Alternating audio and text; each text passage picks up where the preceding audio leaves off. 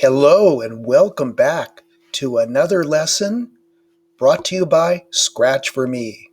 Today I'm going to show you how to create a multiple choice quiz. Now, this isn't just going to be a mini lesson, this is going to be a little bit longer. We can call it a maxi lesson if you will.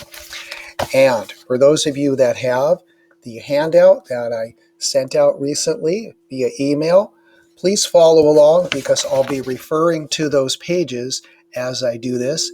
Also, feel free at any point in time to pause, back up, restart this video so that you can do this at the same time. You could have it open perhaps on another tab on your computer or even on another device.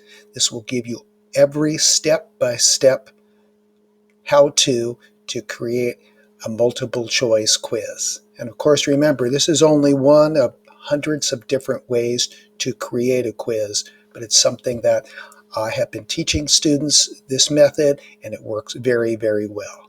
Okay, let's go ahead and get started. You can see that I've already signed into my Scratch account. So now I'm going to click Create. And there we are. I'm going to go ahead and turn off my webcam for a few minutes.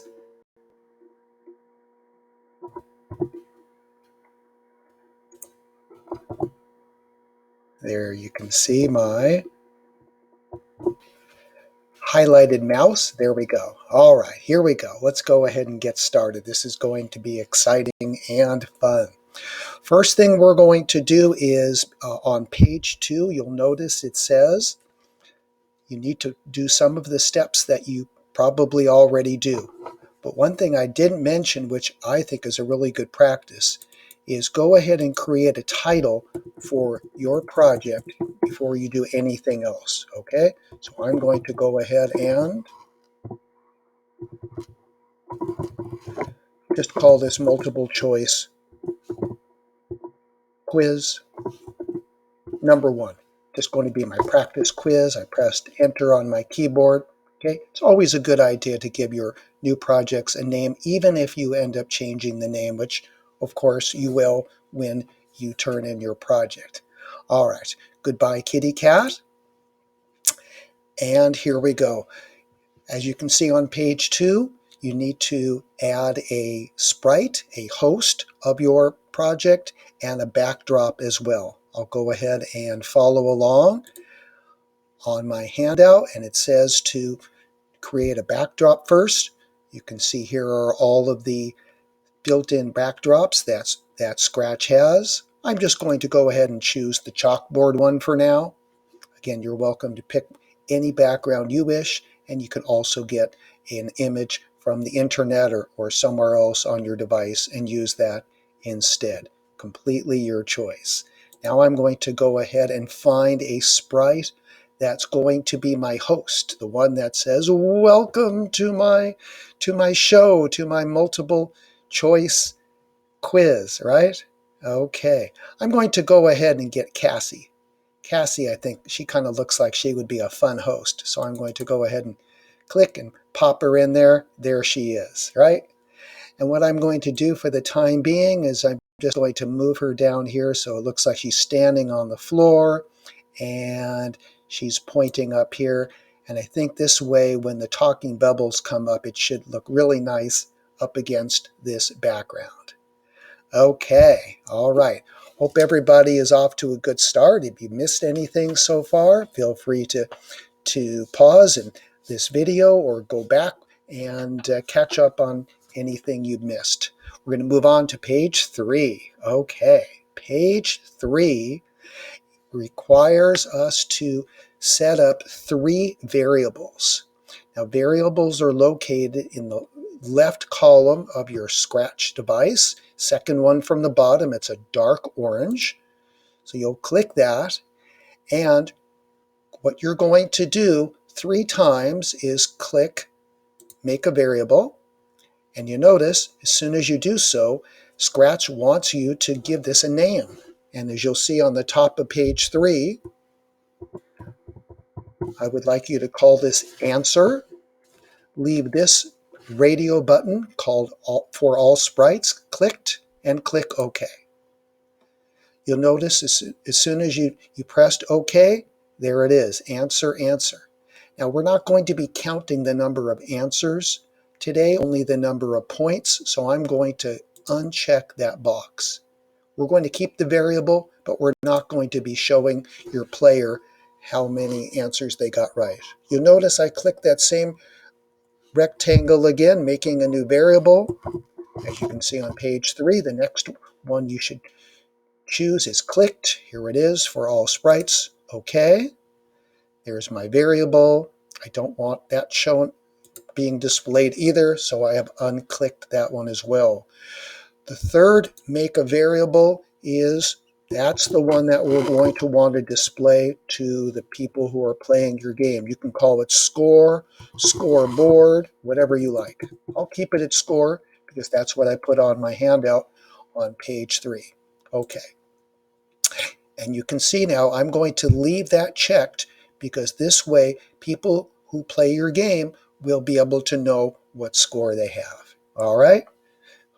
Hope you're following along. If not, remember, any point in time you can stop, pause, go back. Now we're going to move on to page 4, 5, 6, and 7. We're going to be adding 4 sprites, the letters A, B, C, and D. Let's go ahead and start with page 4, which is to get the sprite for the letter A. So I'm going to click on Choose a Sprite. I'm going to jump all the way over to the right here where it says Letters, and here's the letter A. And you're certainly welcome to use any letter you want. You can even draw a letter. To me, this is the fastest and easiest.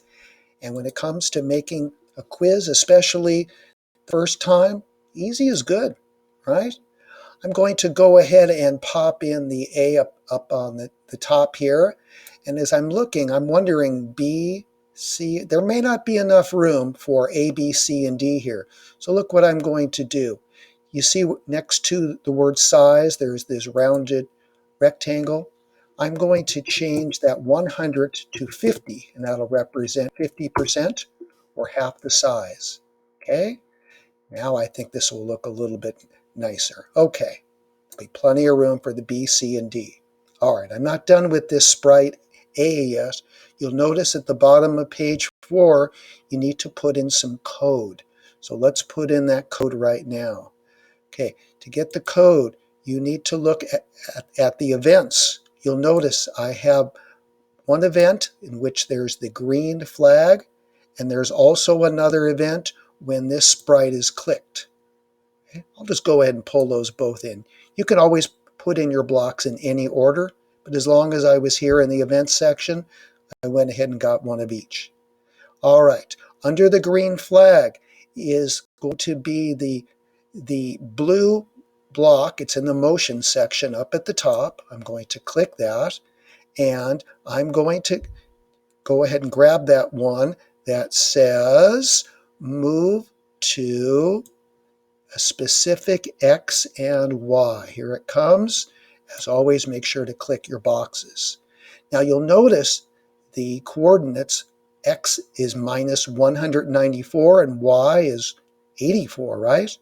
Notice that's exactly the same as how I set Cassie up, okay?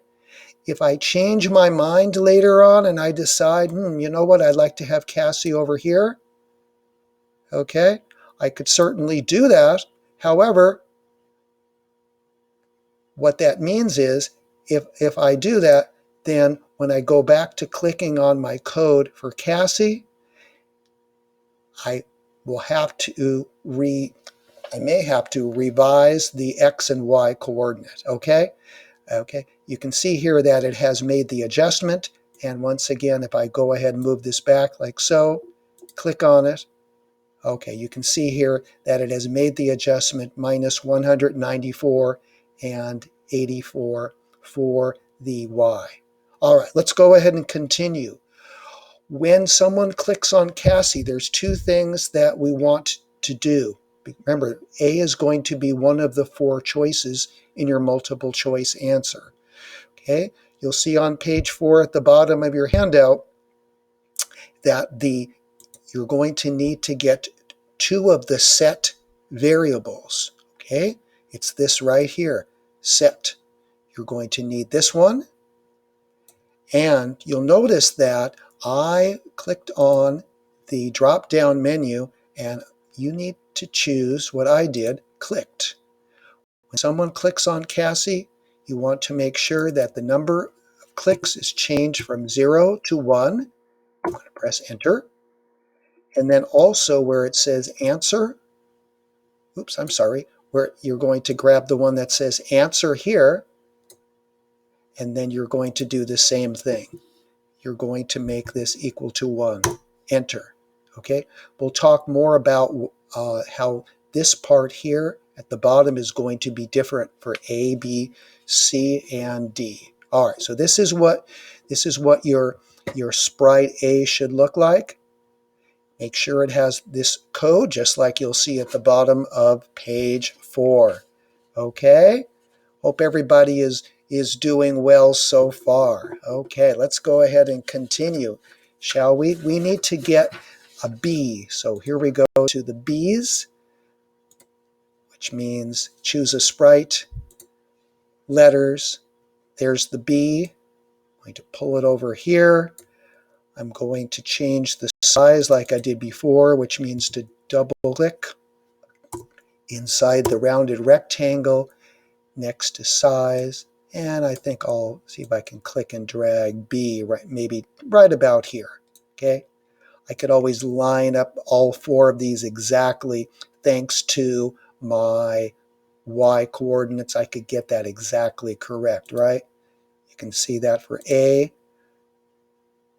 You can see that, I'm sorry, that would be the X coordinate. A is 100 minus 194, and B, in fact, was 189. I could get that exactly the same. Now they're exactly lined up. All right, moving right along. I'm at the top of page 5, and I'm going to go ahead and grab the events that very similar to what I did for the A sprite. So I'm going to grab a green flag, and when this sprite is clicked, I'm jumping down to variables, right? I'm going to go ahead. You notice I skipped this here. It doesn't matter which order you do these in, okay? I'll come back to this one, okay? Just wanted to reinforce that. This one here, when the sprite is clicked, we're changing this to 1. All 4 letters are going to have that value. And then this time for the answer, instead of 1, like I did for A, I'm going to make B the value of 2. Let me go back to A for a minute. You can see how I set the answer to the value 1 for A. B, we're going to make the value of 2. And that's because Scratch and the way it understands its coding blocks, it doesn't understand the values of the letters, but it's great with numbers. So we're going to be assigning each of your 4 multiple choices 1 number. Okay? All right, let's go back up to the motion for a minute, please. And we're going to go ahead and grab in what I had skipped earlier. There we are. And this way, once again, what's nice about this is if someone, when playing the game, accidentally clicks and drags these things here, like this, for whatever reason, as soon as they click on the green flag, you see that? It puts them right back where you want them to be, right? That's the importance of that code. All right, bottom. Now we're going to page 6. That's the bottom of the page I'm holding in my hand now, and that means to grab a letter sprite C. There it is. I'm going to go ahead and pull that in where I want it to be. I'm going to double click on this. You can see I'm picking up a little bit of speed since I think you guys have got this. Of course, anytime you feel confused or I'm going too quickly, feel free at any point in time to go back and replay anything. Oh, while this is here, I'll just go ahead and grab that. But what I need to do is make sure that I connect the green flag to that, again, so it will make sure the C goes where it belongs. I also need to grab the other part of the code that's on page 6 here, which is when the sprite is clicked. Here come the two variables I need to set, just like we did with the other ones. Clicked will always be 1, but here's a question for you. What answer number will C be? If A was 1, B was 2, then what answer number will C be? If you said 3, ding, ding, ding, ding, ding, ding, ding, ding, ding, you are correct. Nice going. All right, let's keep going now. We're picking up speed, right? Now I'm looking at page 7 of my handout. That means I need to get one more sprite. The sprite for the letter D. Here we go. Clicking on the letter D and going to go ahead and pull that right under the other ones here. Going to double click on the rounded rectangle, delete the 100. Maybe I'll move this a little bit. Again, this is a quiz game. It doesn't have to be precise, but if you do want it to be, you can certainly do so thanks to your X coordinate, right? All right, let's see. What do I need to do here? I need to get my events, right? You guys have probably already done this faster than I can demonstrate it. Here's my motion. We've done this already 3 times. Once again, as a reminder, Scratch automatically fills in your X and Y coordinates where you dragged your letter sprite. So that's why I do that before I put this in there, right? Okay, and now I'm going to go ahead and I need a couple of these. 1, set clicked. 2, 1. All of those are exactly the same. And set the answer. All right. A was 1. B was number 2. C was represented by 3. So that's correct. Probably already did that faster than I could explain it. 4. Okay. Awesome. Hope everybody is doing well so far with your activity. Okay, hope you're having fun. If you want to take a break for a minute, then go ahead and pause the video. I'm going to go ahead and show you now how to make your host, which in my case is Cassie, how to welcome everybody to your quiz, how to put in the questions and the answers and the code, so that way people will know if they got the answer correct or incorrect. Okay? All right, let's go ahead and continue. Page 8. Page 8 says to click on your sprite person. That, for me, that's Cassie. All right? This is where we're going to need 2 different events. So I'm going to go ahead and grab 1, 2 of these. The first one is to make sure that we set her XY position. And I know this is a little extra code to do, but it's really important, again, because if someone is playing your game and accidentally starts doing this and this and this, when they click on the green flag, look, everybody is exactly where they need to go. Isn't that nice? All right. So the other column, this one here under this green flag, this is going to be your long column of code. First thing you'll notice that you need to do is set your score, your clicked, and your answers all to 0. So there is score, and you can put them in any order. It doesn't matter. I just for I'm going to follow along what the handout is. Okay, I've set all three of those to 0. Okay, now this is the part where we're going to welcome everybody to your activity. All right, so here we go. This is going to use our purple say blocks that we've used before. Most of you use these in your previous activities. I'll go ahead and type in, welcome to my Earth Day quiz. And as we know, since it will take most people longer than 2 seconds to read that, make sure that you allow for a little more time. I've chosen 4.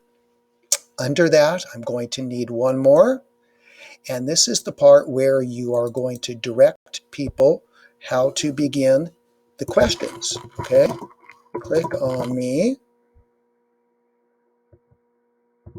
when you are ready to begin.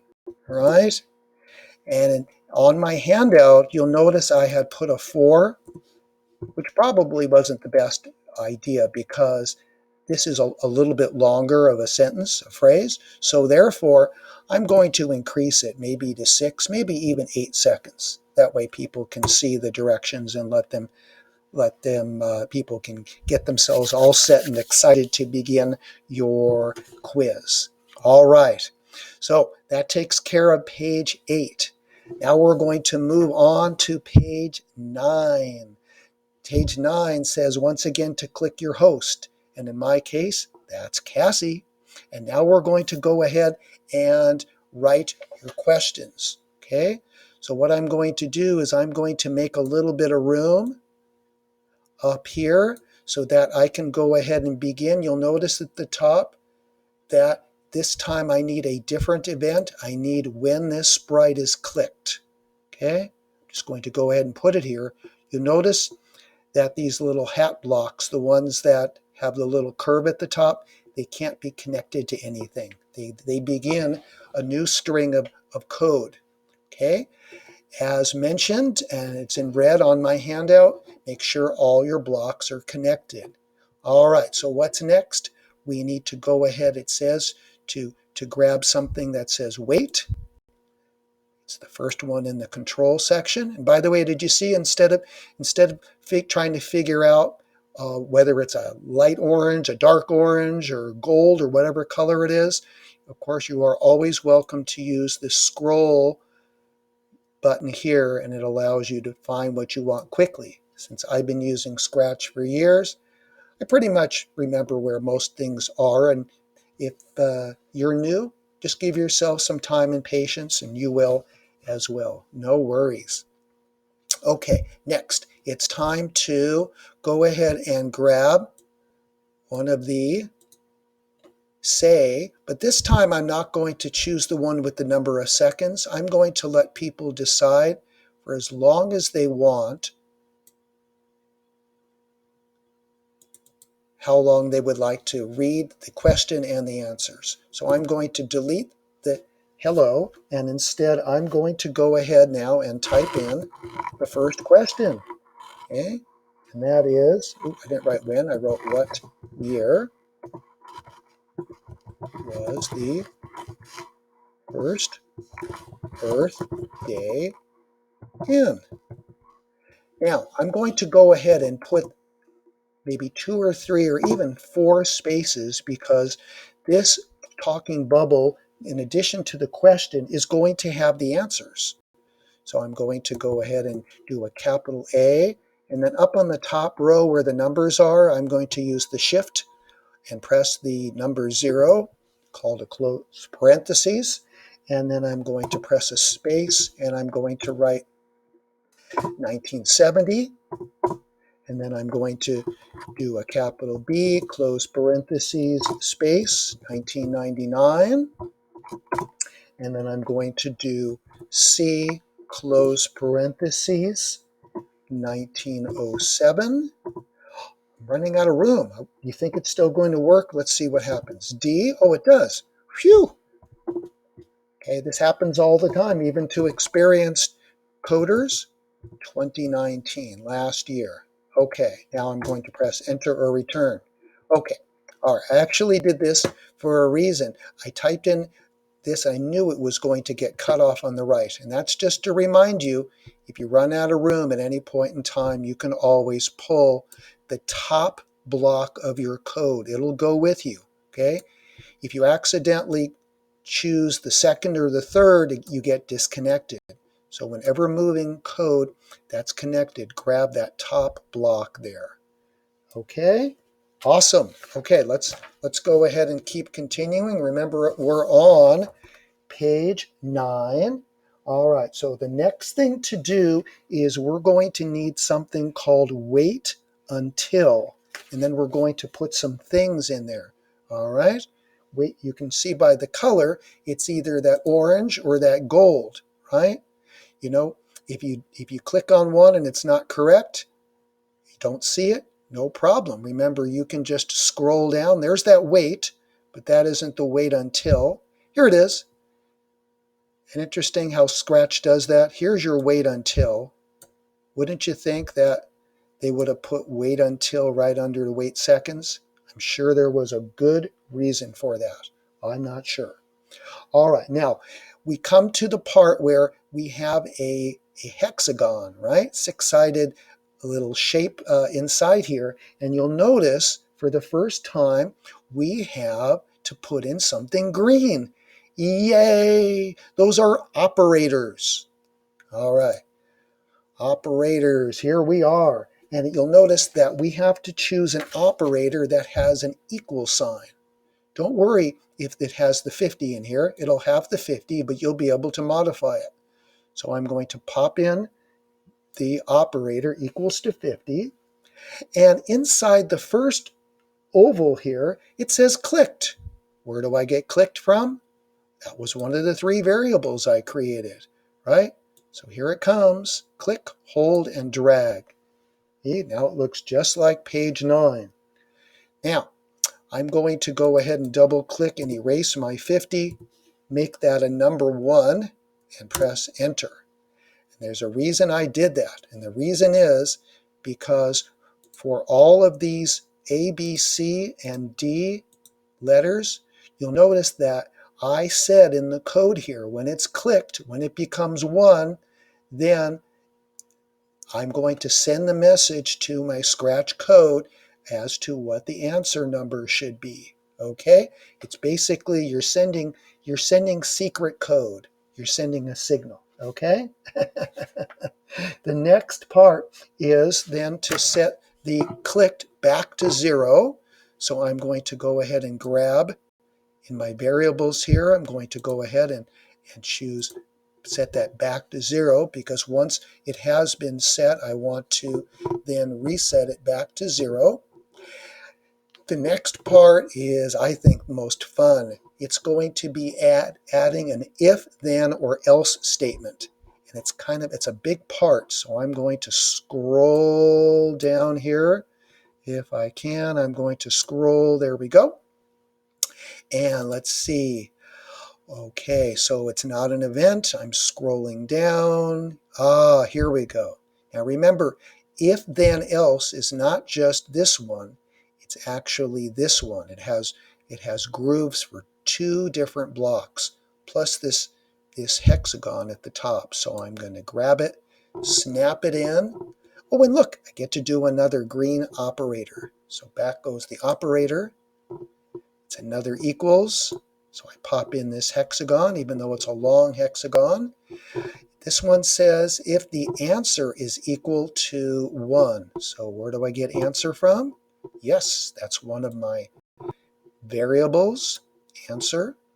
So answer is equal to 1. Why did I change that to 1? Because if you remember, when we go back to A, we said that if someone clicks A, that value will be 1. Well, let's go back and look at my question for a moment. Shall we look at the question there? Where is my question? Okay, my question is right up here at the top. Exactly. So the answer to my question, what year was the first Earth Day in? The answer was 1970. So people should click on the A, which is going to be the value of 1. All right? Okay, let's continue with the code. We're almost done with the code on page 9. So if someone gets the right answer, we want to give them points, right? We want to reward them. So what are we going to do? We're going to go ahead and do a couple things. First of all, we're going to give them some points by changing the score. So in your variables here, we're going to pop in, change, click your drop-down menu to score, and I have chosen, instead of giving people 1 point, to give them 20. You're welcome to make each correct answer worth 1 point, or 5, or 10, 50, 100, 1,000, whatever you want to. Totally your choice. It's your game. It's your quiz. All right? Now, under this change here, you notice I have a purple say with 2 seconds. So I'm going to go ahead and grab that. And this is where I'm going to congratulate or acknowledge that someone got the right answer. I'll go ahead and type in what I had put in the handout, which is correct. You're welcome to have your host say, way to go, that's it, right on, or anything else like that. Okay? While I'm not going to show you in this video how to put in sounds, if you're familiar with sounds, you could connect a sound right below this one here, and you could have a sound or a sound effect that acknowledges that someone got the answer correct. We'll do sounds in a separate Scratch for Me lesson, okay? Notice here under the else, I haven't put any code here. So let's go ahead and do that now. And that's because if someone gets the wrong answer, I need to let them know it was wrong. Okay?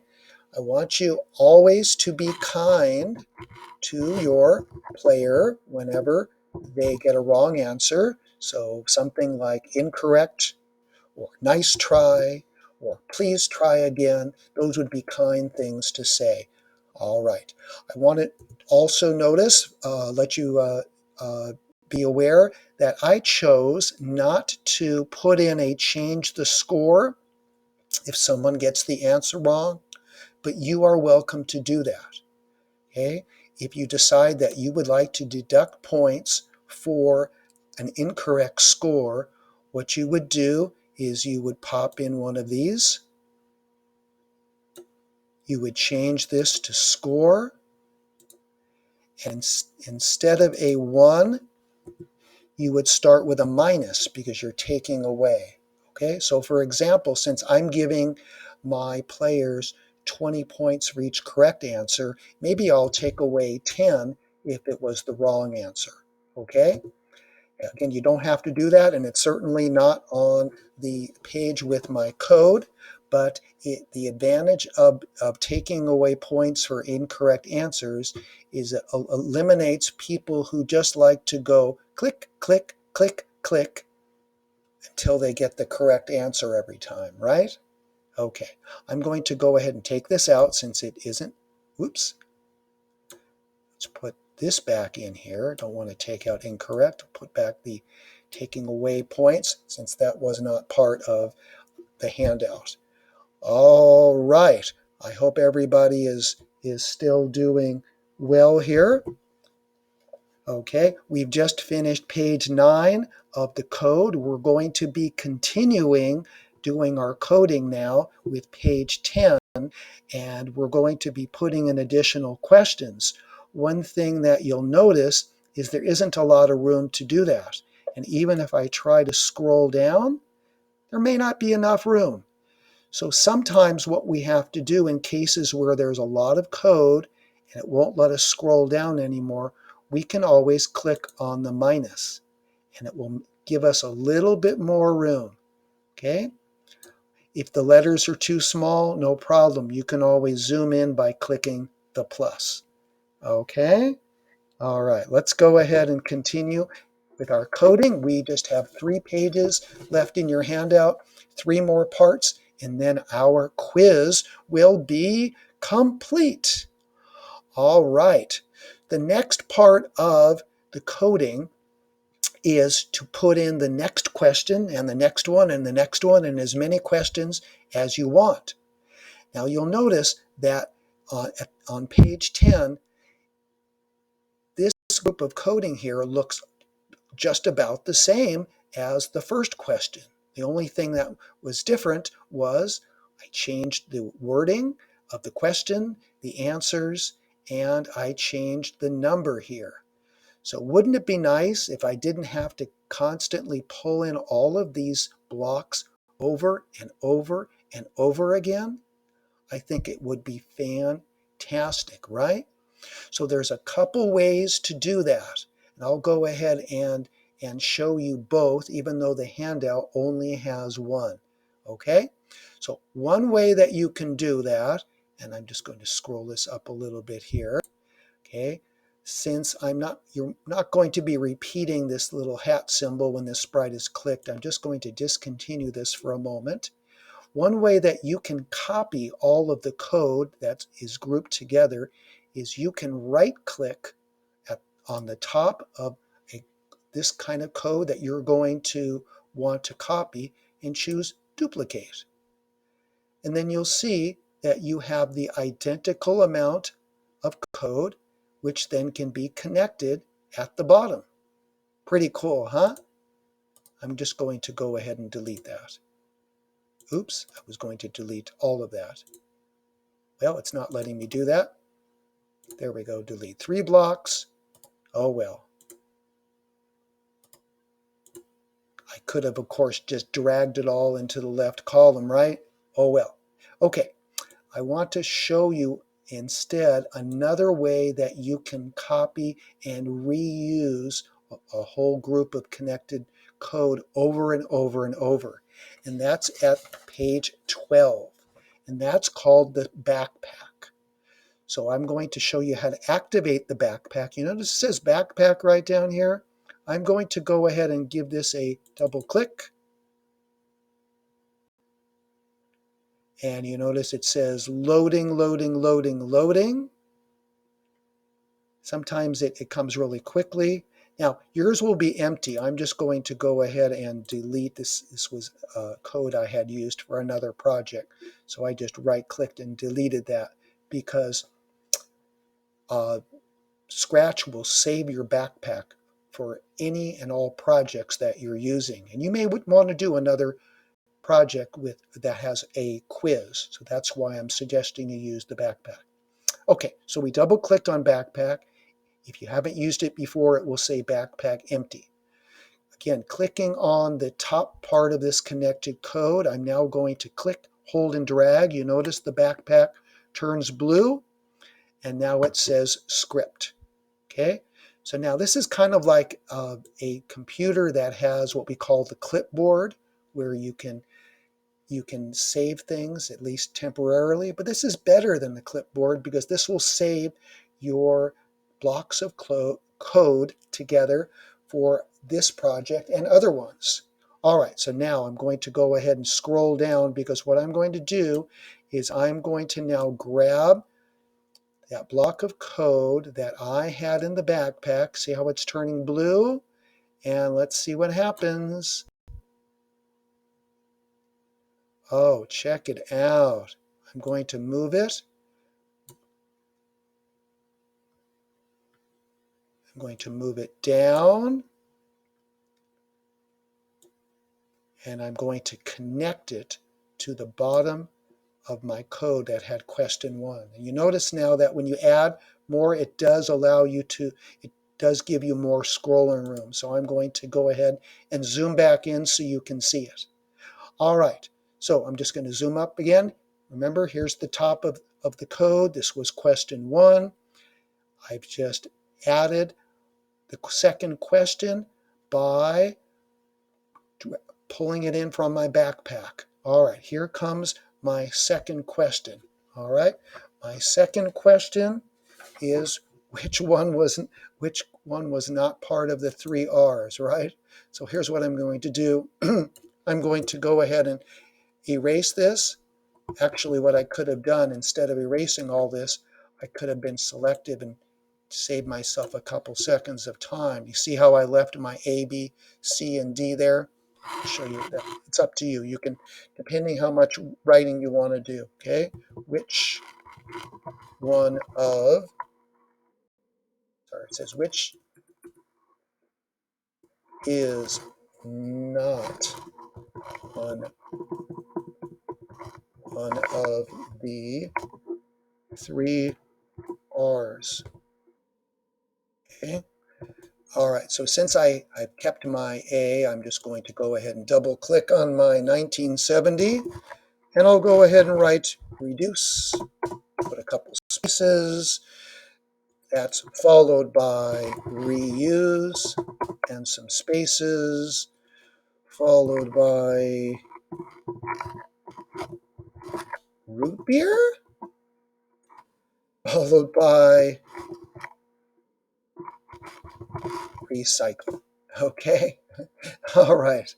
Now, for this one, as you can obviously see, we know that my favorite drink is not one of the three R's, even though I wish it was. Therefore, when it's time to change my answer in my if then else statement, answer C is not 1. Answer C, remember, is 1, 2, 3. There we go. So I'm going to go ahead and change that to 3. And that's it. I have that correct. Okay. You'll notice now that the rest of my code can remain exactly the same. All right. So I've now added 2 questions, each worth 20 points. You know what would be really cool at this point in time? Why don't we do this? Why don't we go ahead and check out our game so far just to see how we're going? And we'll put in the rest of the questions in just a minute. Shall we? Okay, let's go ahead and do that. I'm going to go ahead and click on the green flag. Here we go. Ooh, good job, Cassie. Okay, there she is. Okay, I'll go ahead and click on her, right on her hair. Look at that. There's the first question of my quiz. Okay, and you notice since I chose the say that doesn't have the number of seconds, people can take as long as they want to get the answer. Okay, I'm going to go ahead and click on A. She tells me correct and gives me 20 points. She waited a second, and then she's reading the second question. Okay, all right. If I make a mistake with the next question, let's say I accidentally or I don't know what the 3 R's are and I click A, she just tells me incorrect. Remember, I didn't choose to take away points, but you may do so if you wish, right? So in fact, the correct answer was C, right? Okay, let's go ahead and stop the game now. And I'm going to go ahead and continue with our coding. So I'm going to go ahead and remove my picture from your screen. And I'm going to once again go ahead and continue with grabbing some more code. And once again, I'm going to pull it down. Pull it down. Again, sometimes for me, it's easier to use the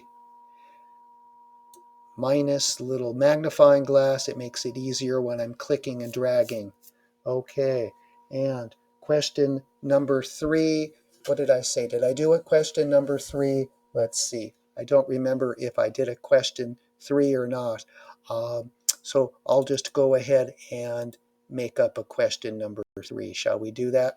We'll do that together, and then we'll move on to the very last step, which is going to be page number 12. Okay? All right. I'm going to go ahead and erase this. Here comes something else that we can do. Okay, what can we do on Earth Day? Okay, and this of course would be on most every other Earth Day except when there is a shelter in place. Okay, so some of the things that people do on Earth Day, okay, is they plant trees,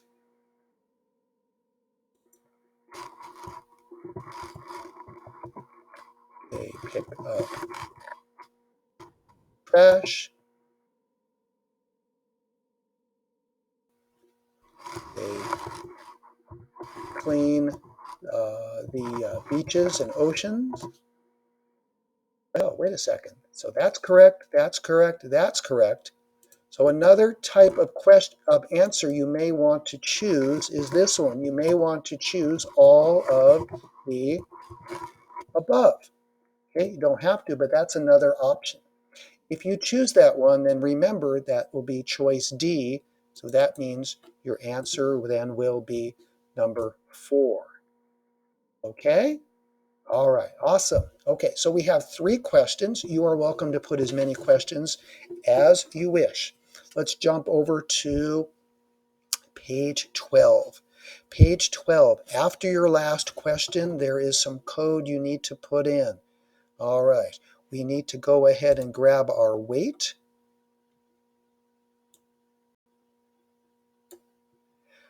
And we're going to just wait a little bit longer than 1. You can wait for 2, 3, however many seconds you want to.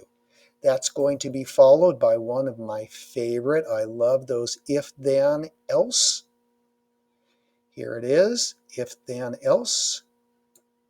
Notice I'm attaching what's listed on page 12 right to the bottom of this long string of code. It started up here when this sprite is clicked. She read the first question, she read the second question, she read the third question, and so on and so on. So this is what goes at the bottom. So we have the wait. If then else, I get to get my favorite operator, and I'm looking for the one that has the equals sign. There's a lot of different operators there. Make sure you get the one with equals. And this time I'm going to need to get my variable that says score. I haven't used this one here. Now you'll notice on my handout it says 60. Well, that would be maybe if I had done 5 questions and people had got 3 correct. In this case, I've only done 3 questions, so the most they could get would be 60. So how about I do this? How about I'll just vary a little bit from my handout, and what if the people get 2 of them correct? They're the winner, okay? You know, I just realized I made a mistake. I'm just going to pull this out. I noticed that on page 12 it doesn't have an equals, it has a greater than, okay? So let me go ahead and put that back. Sorry about that. We're rolling. We're not stopping here. Nope, not on this scratch for me. All right, so we're going to use we're going to go ahead and use the correct one. Some of you were probably saying, Mr. E, what are you doing? You didn't even follow your own handout. Anyway, we're using the one that has the greater than. Another reason why we teach you math in school is so that you can, if you want to, you can develop really awesome games. All right, here we go. Now we put in score, okay? So I can say that in my case, if people get 2 or more correct, then they're the winner. I could say I could do 1. I could pick any score that I wish, okay? That's totally my choice. So if people get 2 out of 3 questions in my quiz, if I put 60 here, this wouldn't be correct because there's no way of earning more than 60. All right, so tell you what I'm going to do. I'm just going to go ahead and put in 39. That way, if they score a 40 or higher, I'm considering them a winner. And that's where I'm going to go up to my looks, and I'm going to choose my say, double click on hello, and say congratulations.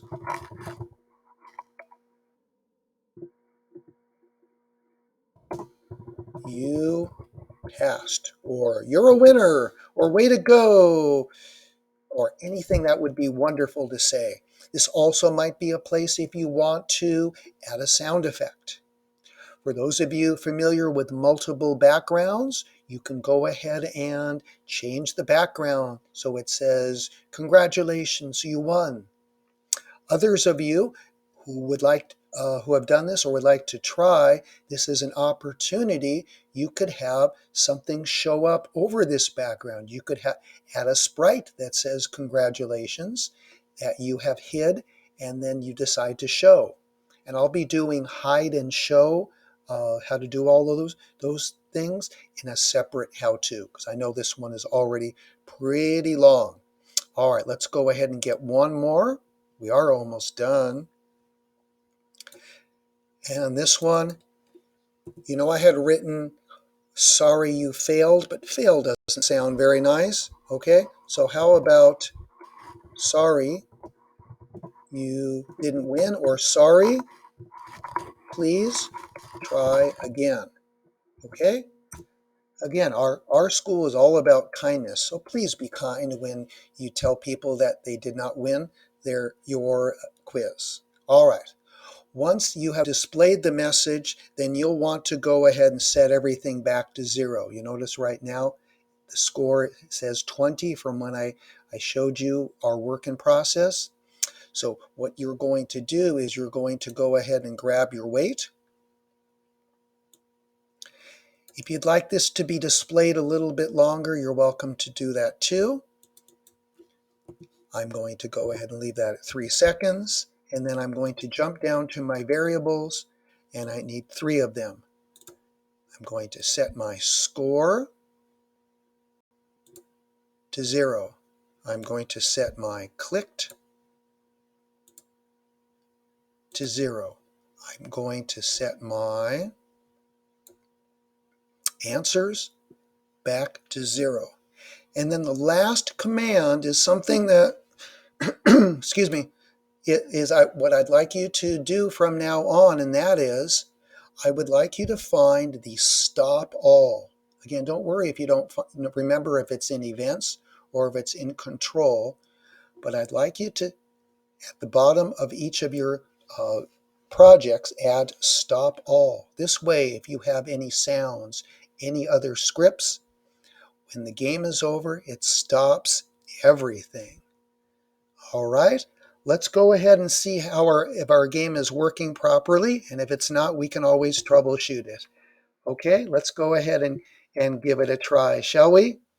All right, let's see here. Maybe we should go ahead and do it on the big screen. What do you think here? There we go. Okay, I'll go ahead and click on the green flag. It reset everything to 0.